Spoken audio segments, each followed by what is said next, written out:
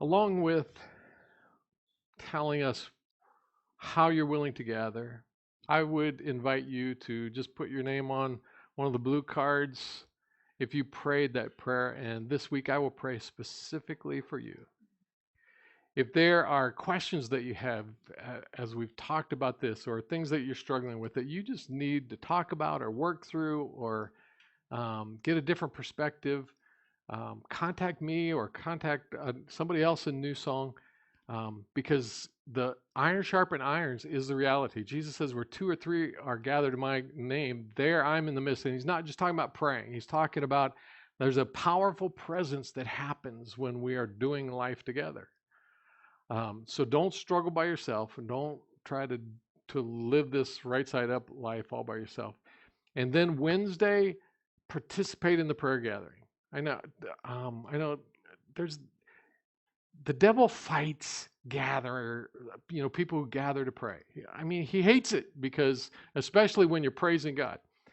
So whether it's in person or whether it's on the live stream or whether it's on replay, I'm telling you, it's not about you. It's about praising God. It's about serving God and his purposes. So there are no excuses. Got it? All right, got it. All right, where are we? What did he say? Oh, we're done? Well, that's true. It is past done. Well, on the back of your program, there's some other announcements there. I think we pretty much covered it. The Wednesday, I meant to put this in. I'm sorry, Nancy, but the Wednesday ladies group is starting a new study. And I can't remember. I can't remember what the email said. Okay, so on God's perspective. So see Nancy if you're interested in being a part of that, and she'll fill you in. And then the Wednesday prayer gathering, pray for the leadership team, meeting on Saturday, 2:00. All right. We're almost done, Nick. Almost done. Where's my paper? I just had it.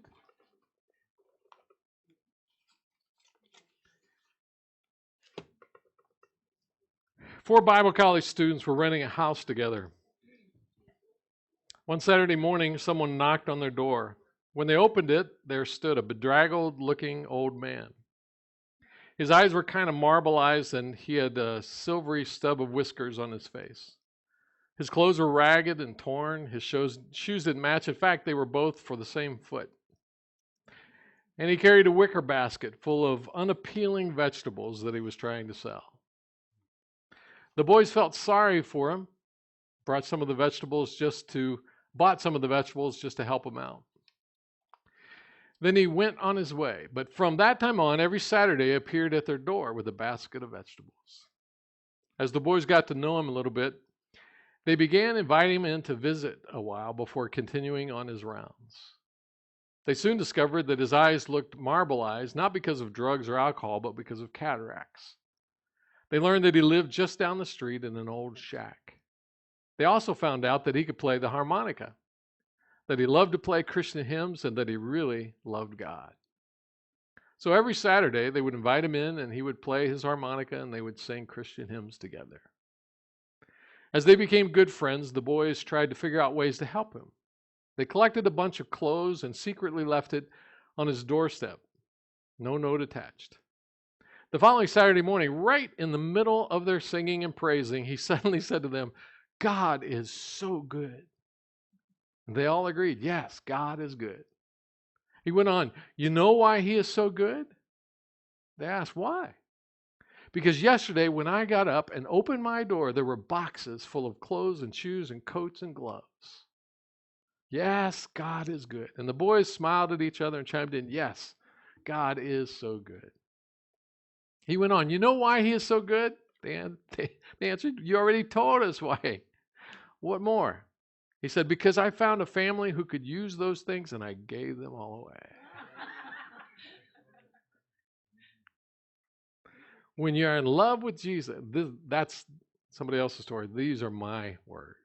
When you're in love with Jesus, you discover some things that you don't need much because you have God and He makes you content.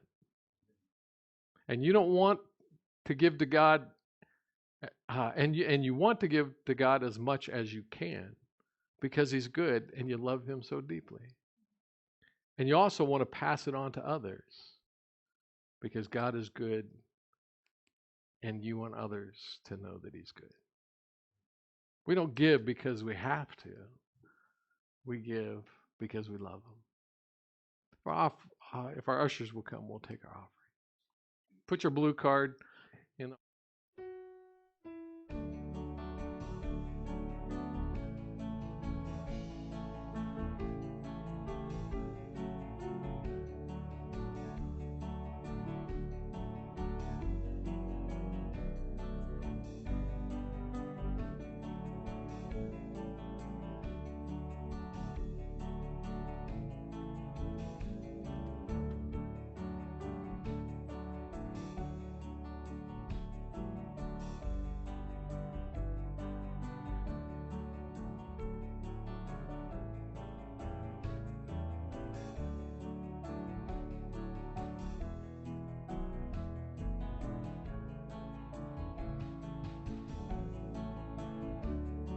Now I pray that this week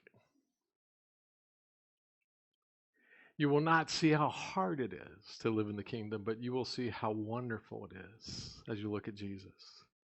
You will feel the satisfaction, the joy that He promises. It'll bring tears to your eyes and joy to your heart, and other people will see that and be drawn to Him as well. Now, let's go be the church. Let's go be the church.